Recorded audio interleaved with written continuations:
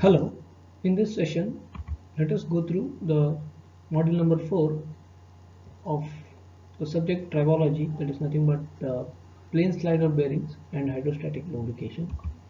And in particular, in this session, let us go through the concept of plane slider bearings.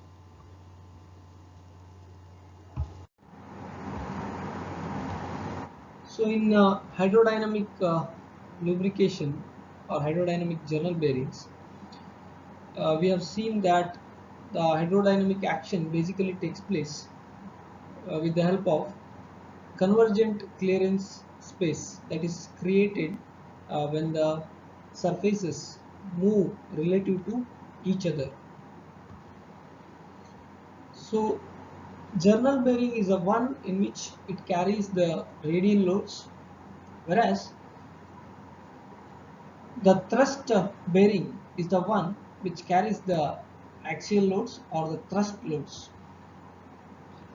So we can see here a journal bearing in which a journal or shaft is there inside this bearing, and it carries this radial load. Whereas in this thrust bearing, here we can see the end view or side view, so wherein the shaft is rotating and this bearing carries this thrust loads or the axial loads with the help of many pads. Here we can see there are 6 number of pads. So this is called multiple pad thrust bearing. So in thrust bearings, basically they are used to support the thrust loads in rotating machineries. It consists of, as we have seen, multiple pads which can be either fixed or they can be pivoted. So here the pad geometry is selected in such a way that it should result in convergent clearance space, so as to build the pressure in order to support the load. So in this case, we will take or analyze a single pad with a straight line motion, okay, and any effect of any curvature is neglected. So we can see one multiple pivoted pad thrust bearing from the figure, in which we can see there are multiple pads uh, and they can be either fixed or they can be pivoted. So the upper part is the slider or the runner, so also called the runner. So this is the configuration of the multiple pivoted pad thrust bearings. So in this session, let us go through the plane slider bearings of the fixed shoe type. So from the figure, we can see a plane slider bearing in which there are two non-parallel plane surfaces. So one of the surface is the bottom surface, which is fixed and inclined at an angle alpha. So this is denoted as minus. So why this is minus, we will see later. So one more surface, that is the top surface, to which the load W is applied. So and also it is moved at a uniform velocity u. So here in between these two surfaces there is oil or lubricant, and the axis x, y and z axis are shown. So y axis is coming downwards, positive y axis from this origin. Also the film thickness H1 at the entrance and H2 at the exit can be seen. It is to be noted that the bearing length here is denoted by capital B and the bearing width is denoted by capital L, as can be seen from the figure.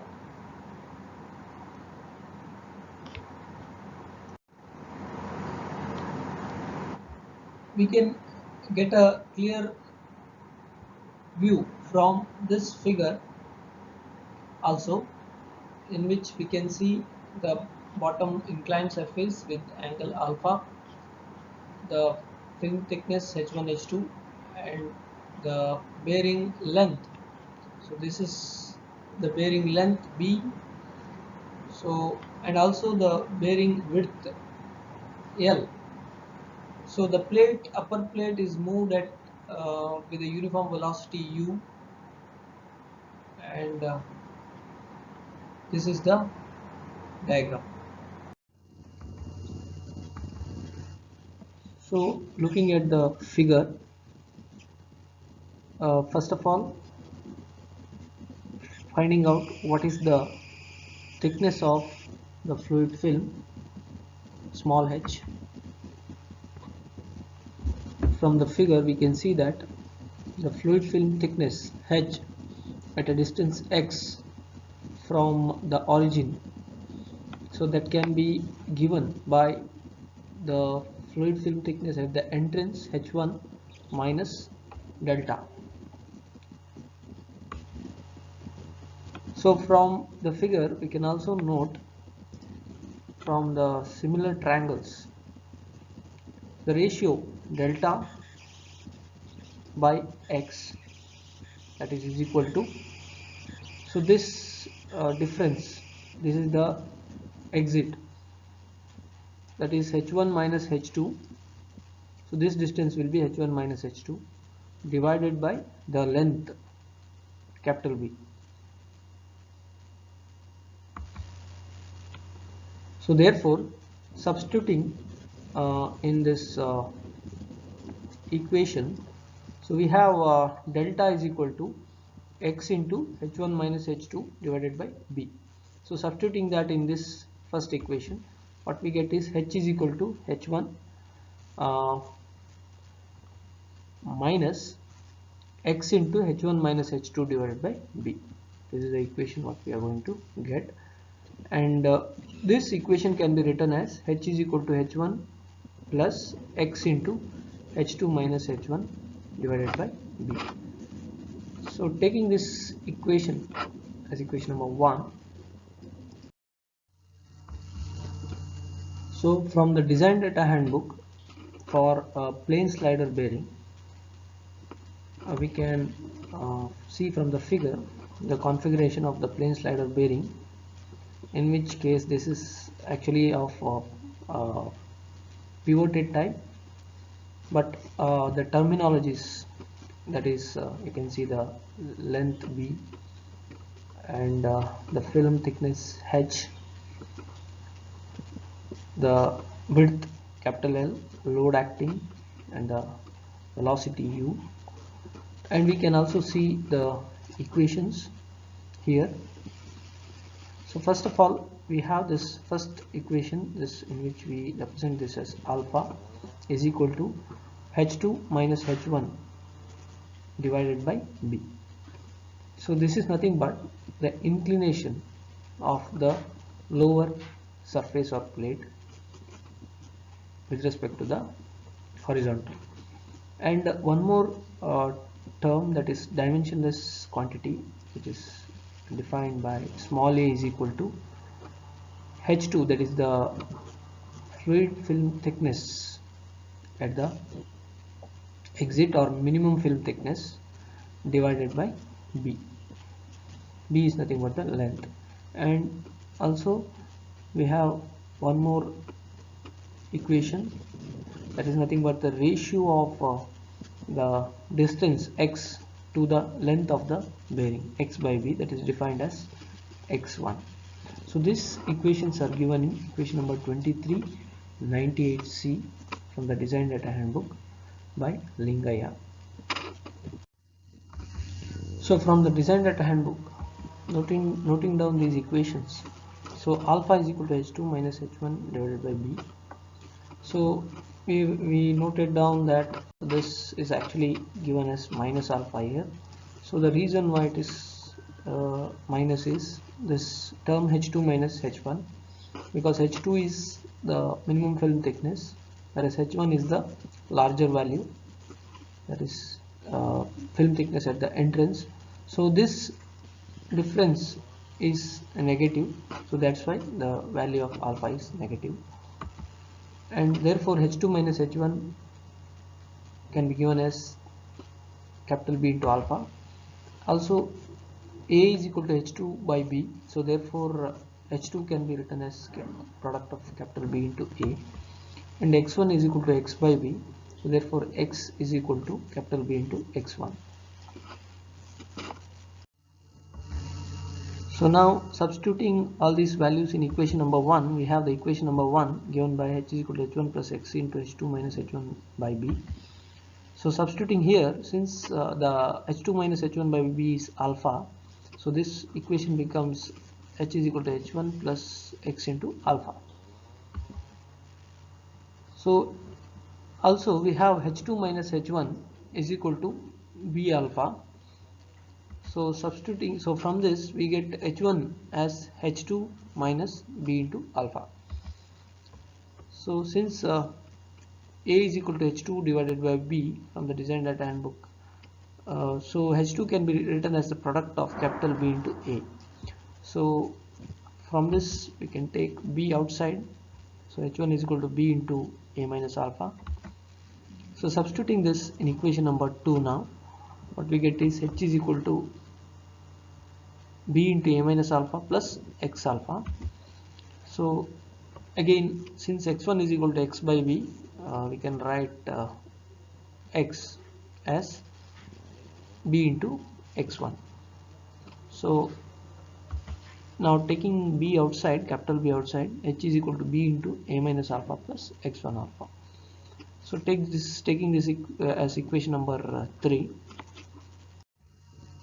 So we have the Reynolds equation for 2D given by dy dx of h cube dp by dx is equal to 6 neta u dh by dx.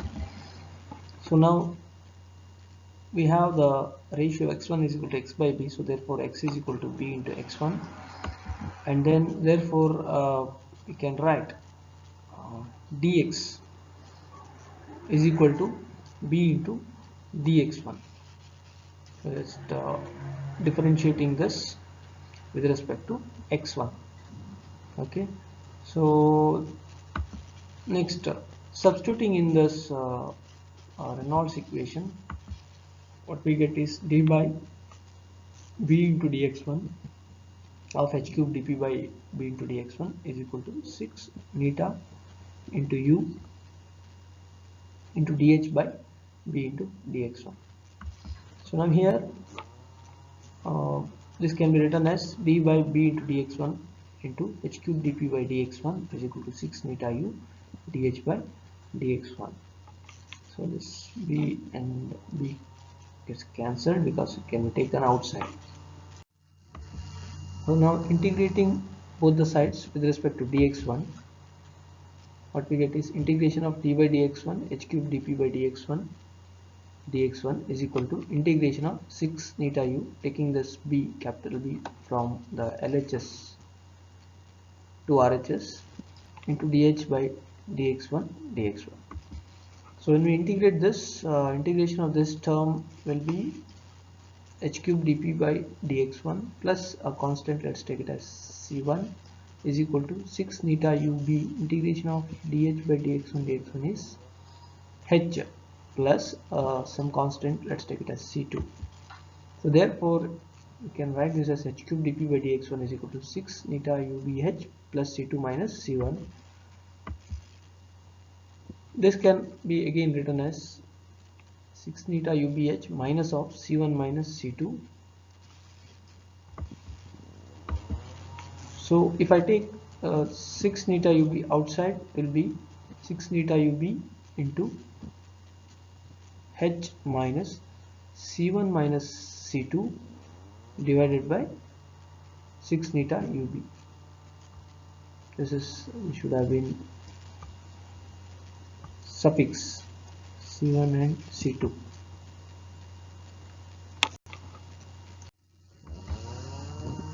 So h cube dp by dx1 is equal to 6 neta ub into h minus, let's take this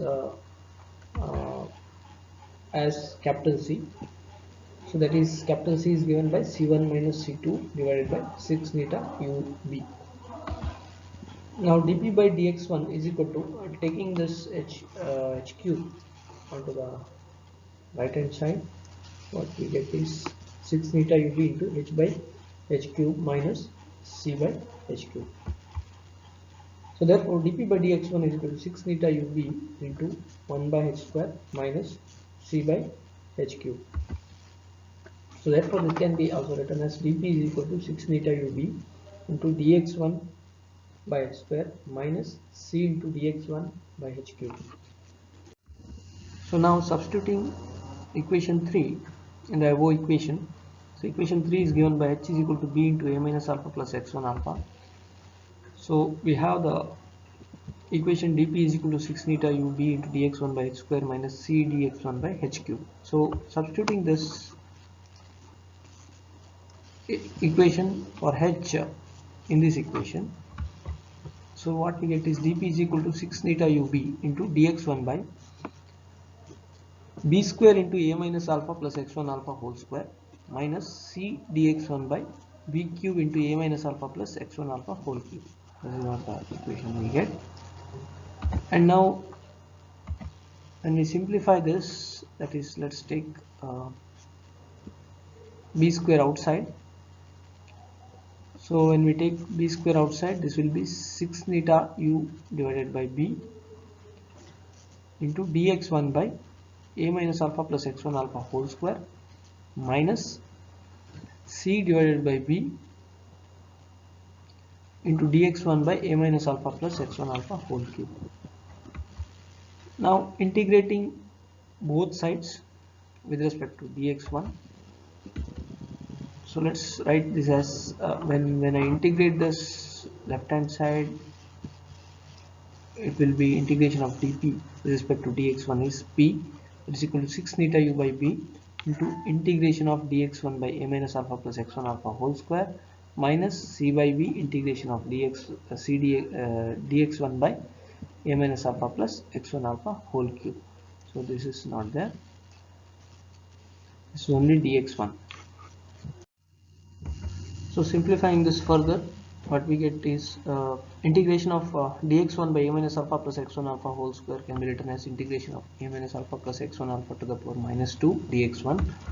When we integrate this, what we get is a minus alpha plus x1 alpha to the power minus 1 into minus 1 divided by, with respect to this we get alpha in the denominator, so plus a constant, let's take it as c dash, so it will be minus 1 by alpha into a minus alpha plus x1 alpha plus a constant c dash. Similarly, the integration of dx1 by a minus alpha plus x1 alpha to the power whole cube, it can be written as integration of a minus alpha plus x1 alpha to the power minus 3 dx1. So when we integrate this, this will be a minus alpha plus x1 alpha to the power minus 2 divided by minus 2, and again integration of this is, we will get one alpha term in the denominator. So plus a constant c, let's take it as c double dash. Simplifying this further, what we get is p is equal to 6 neta u by b into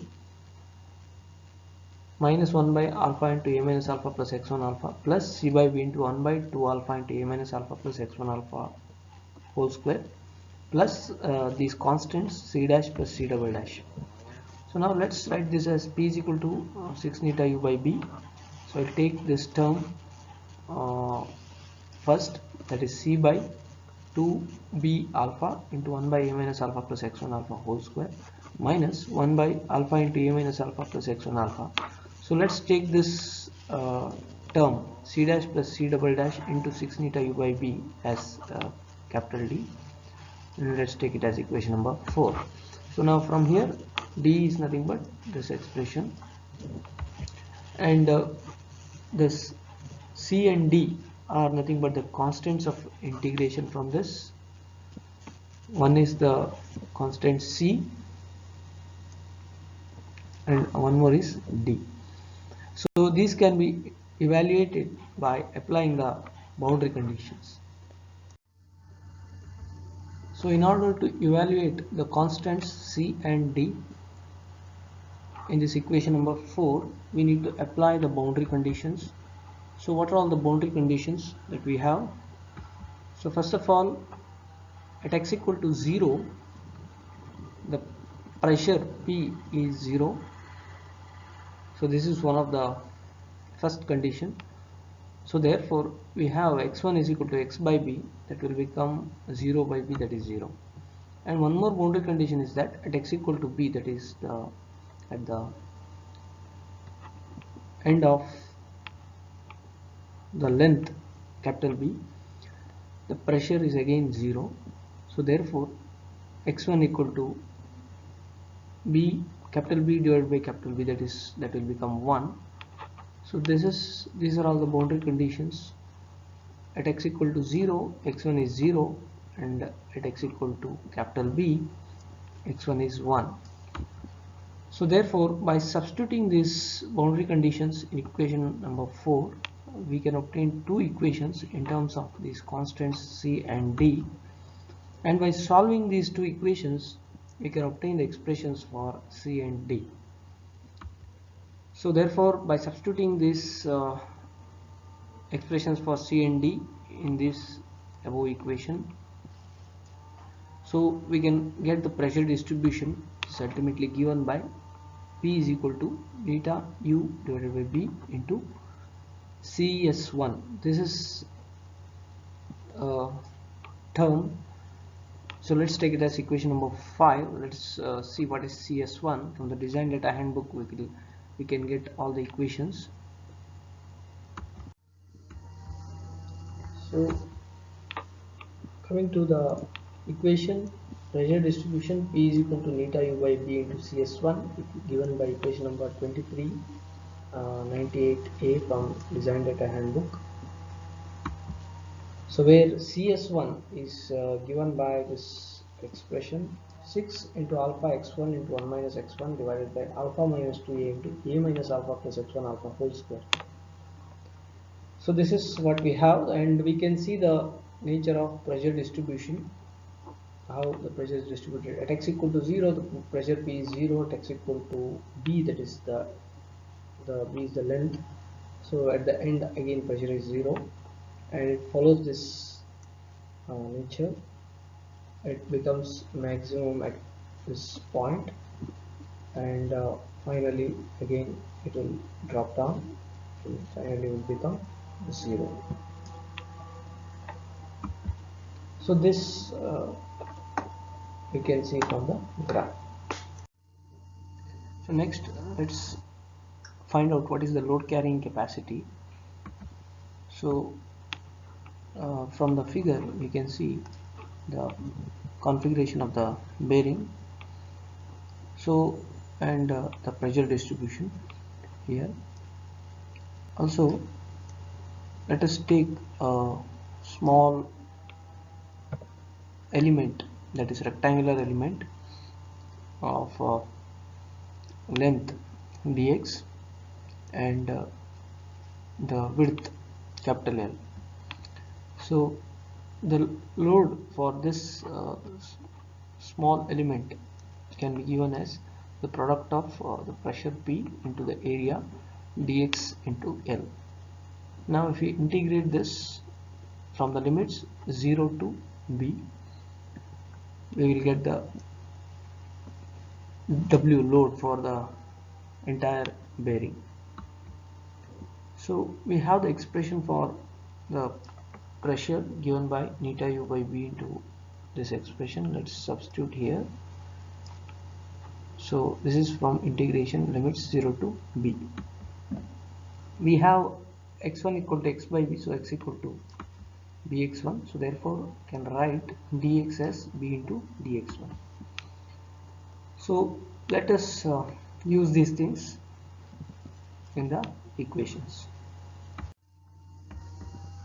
So W is equal to, simplifying, taking the 6 alpha L and alpha minus 2a outside, what we get is 6 theta u alpha L by alpha minus 2a into b, integration from the limits. So in place of 0 to b, let's substitute, because at x equal to 0, x1 is 0, and at x equal to b, x1 equal to 1. So using these limits, so limits will be x1 equal to 0 to x1 equal to 1 into whatever is left, x1 into 1 minus x1 by a minus alpha plus x1 alpha whole square into b into dx1. So in place of dx, substitute b into dx1. So further simplifying this, what we get is, let's here you can see b cancels out, so we'll get this expression. And now integrating this expression and then simplifying, finally we will get one expression for W, that is given by W is equal to 6 theta ul divided by alpha square into CS2.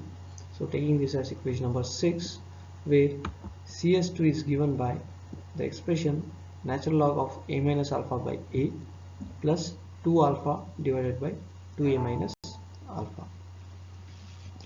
So this is what the expression we are going to get when we integrate this expression and simplify it. Next, coming to the coefficient of friction. So in order to find out this, first we need to find out what is the frictional force acting on the moving surface of the slider bearing, that is nothing but the top plate. So let us consider a small rectangular element of length dx and width L as shown in the figure. So for this we can write the shear force as the product of the shear stress tau m into the area, that is nothing but dx into L. So if we integrate this expression from the limits x equal to 0 to x equal to b, so then we will obtain the frictional force for the entire bearing. So from the design data handbook, that is from equation number 2300a, so we have the shear stress given by the expression neta u by v into CS3. This is the expression. So where CS3 is given by the expression b into a minus alpha plus x1 alpha minus 2y divided by b into 3 alpha into a minus alpha plus x1 alpha minus 2a x1 divided by alpha minus 2a into a minus alpha plus x1 alpha whole cube plus 1 by a minus alpha plus x1 alpha. This is the expression for CS3, so which we can obtain from equation number 2300b. So from this, let us see the equations from the design data handbook given by the equation P is equal to neta u by b into CS1, equation number 2398a for pressure distribution, where CS1 is 6 alpha x1 into 1 minus x1 by alpha minus 2a into a minus alpha plus x1 alpha whole square. Then for load carrying capacity, W is equal to 6 neta UL by alpha square into CS2, where CS2 is given by natural log of a minus alpha by a plus 2 alpha by 2a minus alpha, equation number 2399a. And for the shear stress given by tau is equal to neta U by B into CS3, equation number 2300a, where CS3 is given by this expression.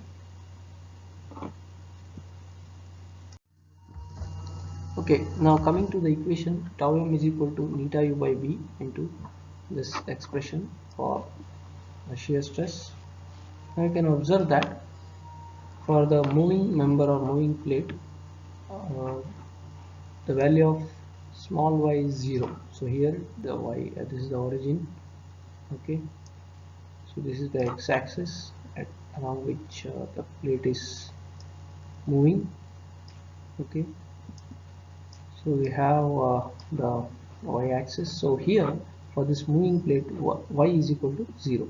So if we substitute in this expression, what we are going to get, and if we simplify this and rearrange this above expression, we are going to get for tau m an expression given by neta U by B into 4 divided by a minus alpha plus x1 alpha minus 6a into a minus alpha whole divided by 2a minus alpha into a minus alpha plus x1 alpha whole square. So this is the expression for shear stress we are going to get if we substitute and simplify and rearrange this expression. So now substituting in equation number 7, we have the equation number 7 given by mu m is equal to integration x equal to 0 to x equal to b tau m into dx into L. So when I substitute here,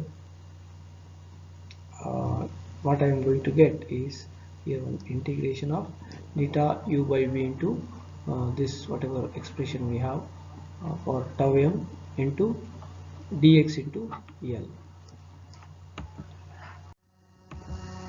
Next, using the equation x1 equal to x by b or x equal to bx1, so therefore dx can be written as b into dx1.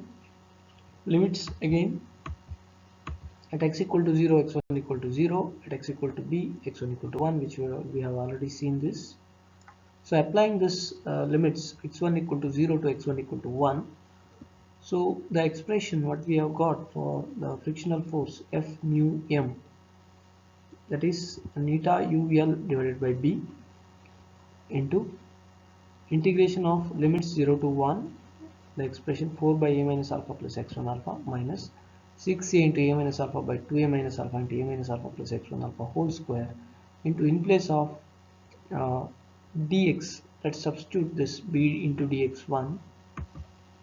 Next, simplifying this, so here b and b gets cancelled, neta UL into, taking this 4 outside here, integral 0 to 1 a minus alpha plus x1 alpha to the power minus 1 dx1 minus 6a into a minus alpha by 2a minus alpha into integral of a minus alpha plus x1 alpha to the power minus 2 dx1. So this is the expression we get. So we have this expression. To integrate this expression, we have what we will get is neta UL into, so integration of this term, that is 1 by a minus alpha plus x1 alpha, that is, so natural log of a minus alpha plus x1 alpha divided by alpha, because here we have x1 alpha, so for that we will get 1 alpha. Then here minus, it's actually 6a into a minus alpha by 2a minus alpha, but here because one more minus sign we get when we integrate this, so that's why this will become plus. So here the integration of this term a minus alpha plus x1 alpha to the power minus 2 is the power minus 2 plus 1 divided by minus 2 plus 1, that is, it will be minus, so therefore that's why this becomes plus here. So again with respect to x1 alpha we will get 1 alpha in the denominator, so it is 1 by alpha into a minus alpha plus x1 alpha. So now we have to apply the limits from 0 to 1. So for that, what we get is neta ul into 4 ln of a minus alpha plus, when I apply 1 here, it will be plus 1 into alpha, that is alpha divided by alpha, plus 6a into a minus alpha by 2a minus alpha into 1 by alpha into a minus alpha, plus again here when I apply this will be 1 into alpha, that is alpha, minus for this 0 we need to consider now for 0, so minus 4 into ln of a minus alpha plus 0, that is a minus alpha, divided by alpha, minus 6a into a minus alpha by 2a minus alpha into 1 by alpha into a minus alpha, because here it will be again 0 into alpha, that is 0. So this is what we get when we apply the limits. Simplifying this, neta ul, taking this alpha outside, neta ul by alpha into 4 ln of, here alpha gets cancelled, minus alpha plus alpha, and so this will become 4 ln a, alpha is taken outside, minus, I'll consider this term now, minus 4 ln of a minus alpha is what we get by considering these two terms. Then plus 6a into a minus alpha by 2a minus alpha into, here again minus alpha plus alpha will go, alpha we have already taken outside, so 1 by a will remain, minus 1 by a minus alpha. Here also we can see that alpha already we have taken outside, so what will remain is a minus alpha, 1 by a minus alpha. So further simplifying this, we get neta ul by alpha into, taking 4 outside, ln of a minus ln of a minus alpha plus 6a into a minus alpha by 2a minus alpha into, taking the common over here, a into a minus alpha, and what we get in the denominator, in the numerator what we will get is a minus alpha minus a. So this will be neta ul by alpha into 4 ln of a by a minus alpha. So this term can be ln a minus ln of a minus alpha can be written as ln of a by a minus alpha plus 6a into a minus alpha by 2a minus alpha into, here minus a plus a will cancel, and what we will get is minus alpha divided by a into a minus alpha. So that is equal to neta ul by alpha into 4 into ln of a by a minus alpha minus 6 into, so this a and a will cancel, a minus alpha into alpha divided by 2a minus alpha into a minus alpha. So again, if we take this alpha inside this bracket, f mu m is equal to neta ul into minus, so here ln of a by a minus alpha can be written as minus ln of a minus alpha by a, okay, and here there will be 4 by alpha, if we take alpha inside, minus here a minus alpha gets cancelled, so what we get, since alpha is taken inside, that this will also get cancelled, so what is left is minus 6 by 2a minus alpha. So this is the expression for the frictional force for this plane slider bearing with the fixed shoe condition.